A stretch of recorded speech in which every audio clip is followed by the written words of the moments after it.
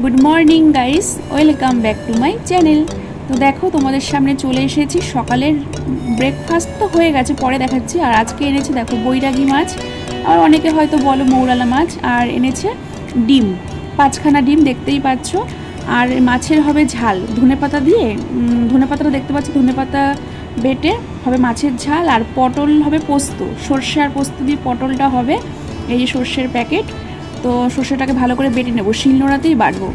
আর টমেটোটা দিয়ে দেখি কি করি, মাছেই হয়তো দেবো, মাছে আর ডিমে, দুটো টমেটো, একটা মাছে দেবো, একটা ডিমে দেবো। আর সকালে ব্রেকফাস্টে এনেছিল এই দেখো পরোটা আর হচ্ছে তরকারি। তো এটা আমিও খেয়েছি, তোমাদের দাদাভাইও খেয়েছে, মাও খেয়েছে, মেয়ের জন্য রেখে দিয়েছি গরম গরম। রান্নাবান্না আমার কমপ্লিট। চলো একটুখানি তোমাদের সঙ্গে শেয়ার করে নিই। আজকে যেহেতু কোনো বড় ভ্লগ যাচ্ছে না তোমাদের কাছে, মানে সকাল থেকে বড় কোনো ভ্লগ করিনি, জাস্ট মিনি ভ্লগ দিয়েই সারলাম আজকে। তো তোমরা দেখো কি কি রান্না করলাম। আর আমাদের বাড়িতে জানো খাওয়ার ভীষণ তরিজুত, বিশেষ করে মেয়ের আর তোমাদের দাদা ভাইয়ের। এমন অভ্যেস করে দিয়েছে ওদের প্রথম থেকেই, কষা কষা, অল্প অল্প গামাখা গামাখা। এখন টেলটেলে ঝোল বলো, পাইকারি দরে ডাল বলো, কোনো কিছুই ওদের মুখে রোজে না। ওই জন্য রান্নাতে আমার অনেকটা সময় লেগে যায়, বা অনেকটা সময় দিয়েও থাকি রান্নাতে। তো দেখো হাঁড়িতে রয়েছে গরম ধোয়া ওঠা একদম ভাত, ভাতটা এখনো গরম। আর এদিকে রয়েছে পটল দিয়ে সর্ষে আর পোস্ত বেটেছি, আর কাঁচা লঙ্কা, আর দিয়েছি 2 কোয়া রসুন।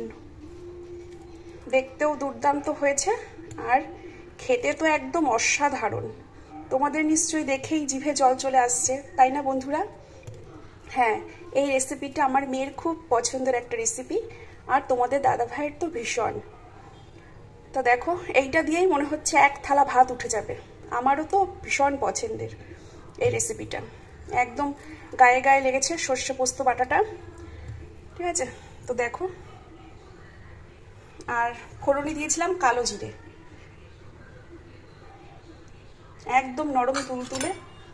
তোমাদের একটা দেখিয়ে দিচ্ছি, এই দেখো একদম নরম তুলতুলে, দুর্দান্ত। তেলটা একটু বেশি লাগে, বেশি বলতে কি খুব যে বেশি দিতে হবে তাও না। আর এই দেখো তেল তেল আছে, আমার নিচে সব তেল পড়েছে বাটির নিচে। তো এই গেল আমার পটলের সর্ষে পোস্ত পটল, ঠিক আছে? থাকলো ঢাকা দেওয়া। আর এখানে আছে মৌরালা মাছের ঝাল। তো দেখো এটা করেছি ধনেপাতা, কাঁচা লঙ্কা, আর একটুখানি সামান্য অর্ধেকের অর্ধেক টমেটো দিয়ে ভালো করে পেস্ট করে, তারপরে কড়াইতে কালো জিরে ফোড়ন দিয়েছি। ওই মশলাটাকে মানে ধনেপাতা বাটা, কাঁচা লঙ্কা বাটা আর রসুন বাটাটা যে ছিল ওটাকে কড়াইতে কষিয়েছি ভালো করে, নুন হলুদ দিয়ে। আর পরিমাণ মতো যে যেরকম তোমরা মিষ্টি খাও, তা আমি সামান্য একটুখানি দিয়েছি রান্নার টেস্ট বাড়ানোর জন্য। তারপর মাছগুলো দিয়ে দিলাম। তো দেখো এটাও তাই, একদম গায়ে গায়ে, এটাও একদম গায়ে গায়ে মশলা দিয়েই ভাত খাওয়া হয়ে যাবে। এটাতেও একটু তেল দিয়েছি বেশি করে। তো দেখো শুধু তেল দিলে যে রান্নার টেস্ট হয় তা কিন্তু না, এটা আমাদের একদমই ভুল ধারণা। রান্না কিন্তু কষানোতেই টেস্ট, জানো তো বন্ধুরা? যে যেরকমভাবে কষাবে তাতেই রান্নার টেস্ট। তো এই হচ্ছে বৈরাগী, বৈরাগী মাছও অনেকে বলে, অনেকে বলে মায়া মোরলা মাছ, তো যে যে নামে ডাকে। এটা তো ভীষণই টেস্টি হয়েছে, সবই টেস্টি হয়েছে।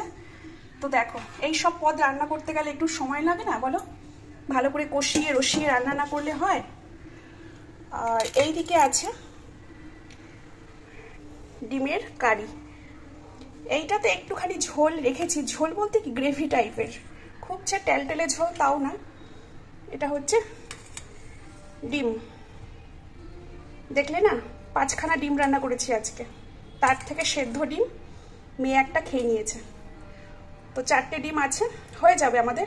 শাশুড়ি মা তো আর ডিম খায় না, শাশুড়ি মায়ের জন্য বৈরাগী মাছের ঝোল, এই ঝোল বলছি গ্রেভি, এই তো বারবার ঝোলই চলে আসছে মুখে। বৈরাগী মাছ আর পটল পোস্ত দেখতেই তো পেলে। আর ফ্রিজে রয়েছে একটুখানি ডাল, তো মায়ের জন্যই ডালটা রেখেছি, মার ডাল হলেই হয়ে যাবে, ডাল আর মাছের ঝালটা, পটল পোস্ত। মা তো ডিম খায় না, ডিম কেন, ডিম মাংস কিছুই খায় না। তো দেখো প্রচণ্ড সময় লাগে সব রান্নাবান্না করতে, জানো তো, প্রায় মানে 3 ঘন্টা রান্নাঘরেই কেটেছে। কেটে বেটে গুছিয়ে তরিজুত করে রান্না করতে তো সময় লাগবেই, তাই না? কিন্তু ভাত তো খেতে হবে, তরিজুত না হলে কিন্তু কারোরই মুখে ভাত উঠবে না। তো চলো মাকে খেতে দিয়ে দিই। আর ডাল আছে, একটুখানি পাঁপড় ভাজবো। ডাল বেশি নেই, মার হবে, আর তোমাদের দাদা ভাই যদি খায় খাবে, না হলে মেয়ে খেয়ে নেবে, বা আমিও খেতে পারি।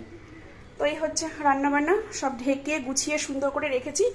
এখন গ্যাসও মুছেছি, ফাইনালটা মোছা হয়নি। একবার করে রান্নাঘর মোছা, কিন্তু ফাইনাল মোছাটা যে এখনো মোছা হয়নি, সেটা মুছে মাকে খেতে দিয়ে তারপরে আমি যাবো স্নানে। তো আজকের মতো মিনি ব্লগটা এখানেই শেষ করলাম। ভালো লাগলে অবশ্যই like, comment, share and subscribe করে দিও বন্ধুরা। প্লিজ সঙ্গে থেকো, পাশে থেকো, এটুকুই তোমাদের কাছে আবদার বলো, আশা বলো।